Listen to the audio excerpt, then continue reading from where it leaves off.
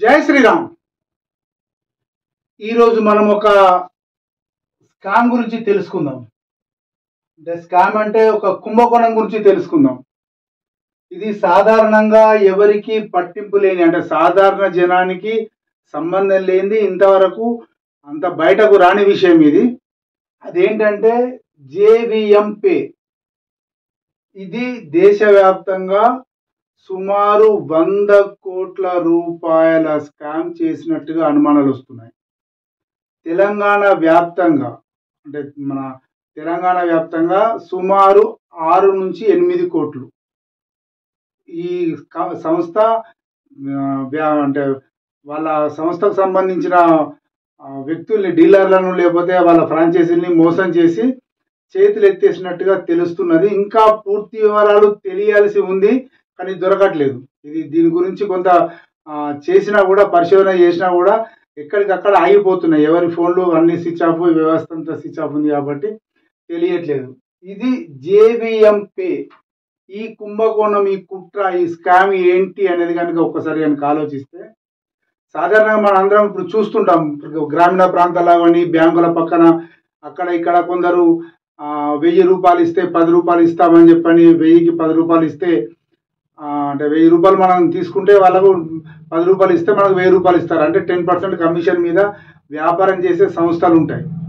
ఈ సంస్థలకు అట్లాంటి సంస్థనే ఇది. అంటే వాళ్ళందరూ ఏంటంటే దేశవ్యాప్తంగా ఎక్కడో ఒక లైసెన్స్ తీసుకొని ఉంటారు, ఏదో ఒక ఆర్గనైజేషన్ మీద, ఏదో ఒక పేరు మీద, రిజర్వ్ బ్యాంకుతో లేకపోతే ఇంకా వేరే సంబంధించిన లైసెన్స్ తీసుకొని రాష్ట్ర వ్యాప్తంగా అందరికీ ఫ్రాంచైజీలు ఇచ్చేస్తారు. ఇంకో నాకు ఇన్ని కోట్లు ఇవ్వు, ఇది ఇచ్చేస్తాం, మొత్తం వ్యాపారం అంతా నువ్వు చేసుకొని ఇష్టం వచ్చినట్టు చేసుకో అని చెప్పి చేసి పంపిస్తారు వీళ్ళు. అంటే ఢిల్లీలో ఉన్నవాడు తెలంగాణకి ఇస్తాడు, ఆంధ్ర, తమిళనాడు, కర్ణాటక, ఈ రాష్ట్రాల వారీగా వాడు విభజించేసి ఒక్కొక్క దగ్గరికి సమ్ అమౌంట్ తీసుకుంటాడు. అంటే 50 లక్షలు, కోటి, 2 కోట్లు, 5 కోట్లు ఇట్లా తీసుకుంటారు. దీని తర్వాత ఏమవుతుందంటే ఆ స్టేట్లో ఉన్న వ్యక్తి ఏం చేస్తాడంటే జిల్లా వ్యాప్తంగా అమ్ముకుంటాడు.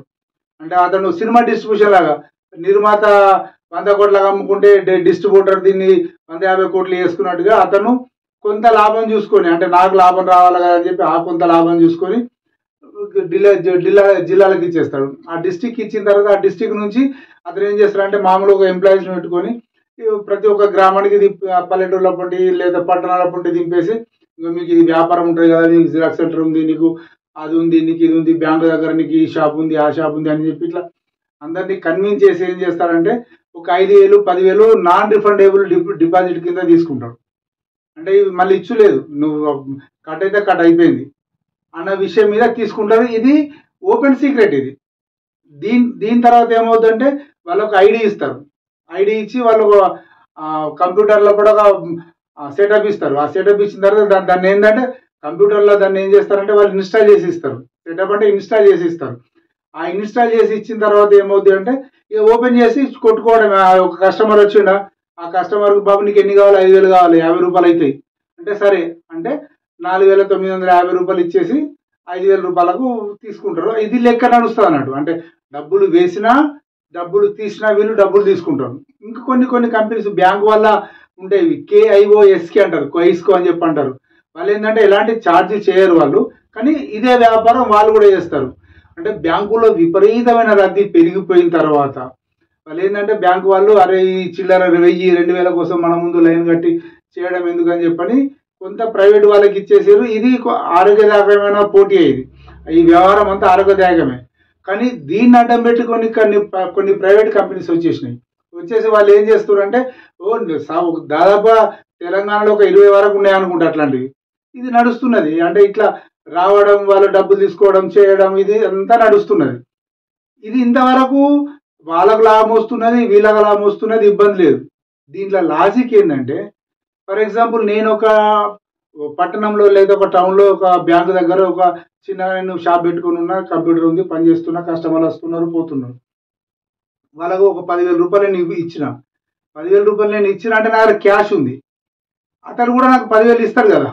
10,000 నాకు క్యాష్ కొడితే 10,000 నాకు ఇస్తేనే కదా అతను 10,000 ఇచ్చేది. నా అకౌంట్లోకి 10,000 పంపిస్తేనే అతను నేను 10,000 ఇస్తా.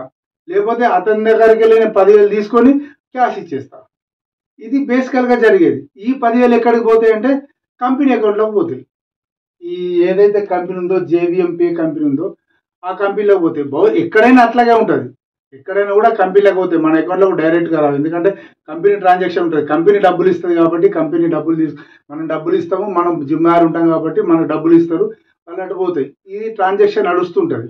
ఈ నడిచే క్రమం లోపల జేవిఎం పే కంపెనీ కొంతకాలం నడిపించిన తర్వాత డిసెంబర్ 31 నుంచి అంటే జనవరి 1, 2025 నుంచి వాళ్ళ సేవలు నిలిచిపోయినాయి. అంటే ఇక లేదు, ట్రాన్సాక్షన్ లేదు, అకౌంట్ క్లోజ్, ఖతం అయిపోయింది. ఎవరిని అడగాల? ఎవరైనా కూడా ఆఫీసర్లు దాని బాధ్యులు ఎవరైనా ఉంటే ఆ బాధ్యులందరూ కూడా వచ్చిపోయే వాళ్ళు తప్పితే వీళ్ళు ఎక్కడికి పోయేది లేదు, ఎక్కడ వేస్తే లేదు. ఏదైనా కూడా వాట్సాప్లో మాట్లాడడం లేదు, జూమ్లో మాట్లాడడం తప్పితే ప్రత్యేకించి ఒక చోటుకి పోయి ఒక ఆఫీసు ఒక లెక్క వ్యవస్థ అంటే ఏం లేదు. అంతా అంగట్ల పంట ఒళ్ళ విట్టిన బిడ్డ అన్నట్టే ఉంటుంది కథ అంతా. సో ఇక్కడ ఏమైంది, జనవరి 1 నుంచి అకౌంట్ క్లోజ్ అయింది. ఒక్కరోజు 2 రోజులు, నెల, 2 నెలలు, 3 నెలలు, 6 నెలలు ఇంకా వస్తలేరు. వీళ్ళందరూ పరేషాన్ అవుతారు. అరే ఇట్లా అని చెప్పడానికి మనసులో పడతలేదు. కొన్ని గ్రూపులలో అప్పుడప్పుడు కలిసిన వాళ్ళు ఉంటారు కదా, వాళ్ళందరూ జమగూడి లెక్క వేసి ఒకరిని ఛానల్ తీసుకొని ఒక నెల రోజుల లోపల తేల్చుకున్న అంశం ఏంది అంటే ఒక్క తెలంగాణలోనే సుమారుగా 6 కోట్ల రూపాయల డబ్బుల స్కామ్ జరిగింది. మళ్ళీ ఈ డబ్బు లోపల ముందుగా అడ్వాన్స్ ఇచ్చిన డబ్బులు లేవు. 5,000, 10,000 సెంటర్ను బట్టి ఇస్తారు కదా, అవి కాదు. వీళ్ళు వ్యవహారం నడిపిస్తున్నప్పుడు ఏంటంటే నెలకు 15 రోజులకో వారం రోజులకో ఒకసారి లెక్క చూసుకొని అకౌంట్ సెట్ చేసుకునే క్రమం లోపల డిసెంబర్ 31 ఆగిపోయింది అది. అంటే ఒక్కొక్కరు 1,00,000 రూపాయలు ఉన్నాయి, కొందరు 50,000 ఉన్నాయి, కొందరు 20,000 ఉన్నాయి, కొందరు 5,000 ఉన్నాయి, కొందరు 2 లక్షలు. అంటే ఇది ఎవరి ఒక్కొక్కరు ఒక్కొక్క అందాల లోపల ఉన్నది. చాలా మంది ఏంటంటే ఎప్పుడు 2 రోజులకు ఒకసారి, 3 రోజులకు ఒకసారి, 1 వీక్ ఒకసారి క్లియర్ చేసేసుకుంటారు. కానీ ఈ మహాత్ముడు ఏం చేసిందంటే అకౌంట్లోకి వెళ్ళి కొందరు చాలా మంది డబ్బులు తెచ్చుకోలేదు. ఇట్లా తెచ్చుకొని వాళ్ళ సంఖ్య ఇక్కడ దాదాపుగా తెలంగాణ వ్యాప్తంగా ఉన్న డీలర్లందరిది కనుక లెక్కలోకి తీసుకుంటే 6 కోట్ల రూపాయలు లెక్క. అంటే 6 కోట్ల రూపాయల వరకు అందాజు వస్తున్నది. ఇంకా ఎక్కువ కావచ్చు, లేదా కోటి తక్కువ కావచ్చు. అయితే 5 కోట్లు కావచ్చు, లేకపోతే 7 కోట్లు కావచ్చు, 8 కోట్లు కూడా కావచ్చు. కానీ అది మినిమం అందాజా గంతుంది ఒక్క తెలంగాణలోనే. ఇక రాష్ట్రం దేశం మొత్తం మీద కూడా ఉన్న పట్టణాలని గ్రామాలని పట్టుగా సగటున 5 కోట్ల రూపాయలు ప్రతి ఒక్క స్టేట్ కనుక లెక్కేసుకుంటే ఎన్ని కోట్ల రూపాయలు అయితే లెక్కేసుకోండి. ఇది కథ. దీంట్లో పడ ముఖ్యమైన విషయం ఏంటంటే ఇది విచారం చేయాల్సిన అంశమే. దీంట్లో పడ విషయం ఏంటి అంటే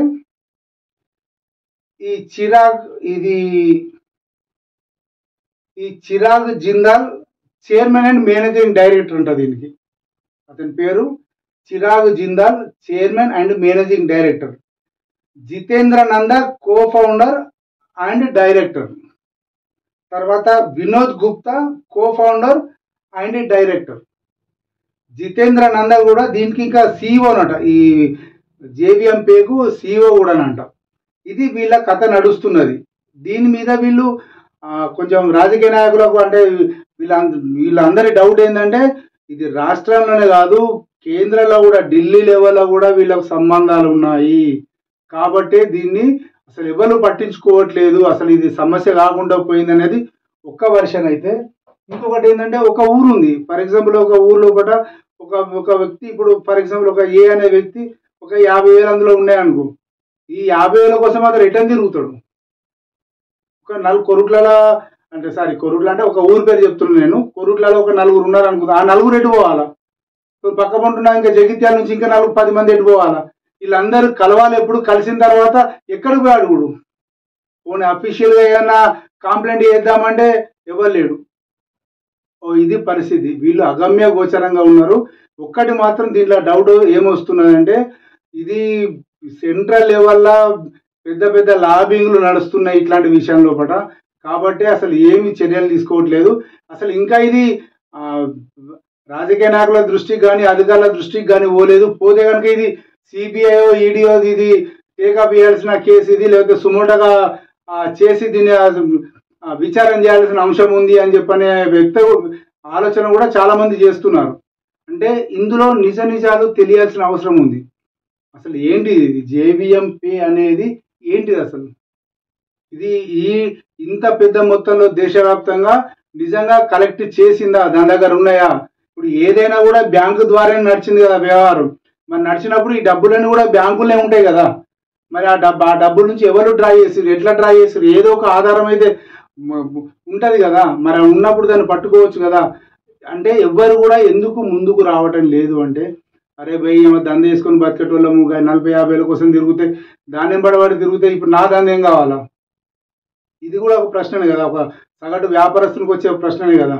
ఈ రకంగా జరుగుతున్నది. అందరూ కూడా ఇట్లా మూసుకొని గప్చుకుంటున్న విషయము తెలుస్తున్నది. దీని మీద ఏంటంటే నేను చెప్పినని వాస్తవంగా ఉన్నట్టుగా కరెక్ట్ కాకపోవచ్చు, కానీ ఇందులో ఈ కంపెనీ మటుకు మూతపడింది. దానికి కారణము కస్టమర్లందరినీ, వాళ్ళ డీలర్లందరినీ, వాళ్ళ ఏజెంట్లందరినీ, వాళ్ళ కేఎస్కో వాళ్ళ ఉన్నది అంటే కస్టమర్ సర్వీస్ పాయింట్ ఉన్న వాళ్ళందరినీ కూడా వాళ్ళందరి దగ్గరికి వెళ్ళి డబ్బులు తీసుకొని వాళ్ళు ఎలాంటి ముందస్తు సమాచారం లేకుండా క్లోజ్ చేసింది అనేది మాత్రం వాస్తవం. దీని వెనక పెద్ద పెద్ద కుట్రలు ఉన్నాయి. అంటే ఆర్థిక పరమైన వ్యవహారం ఉంది. దీన్ని సిబిఐ కానీ ఈడీఐ కానీ హ్యాండ్ ఓవర్ చేయాల్సినంత గొప్ప కేసు ఇదని మాత్రం చాలా మంది చెప్తున్నమాట.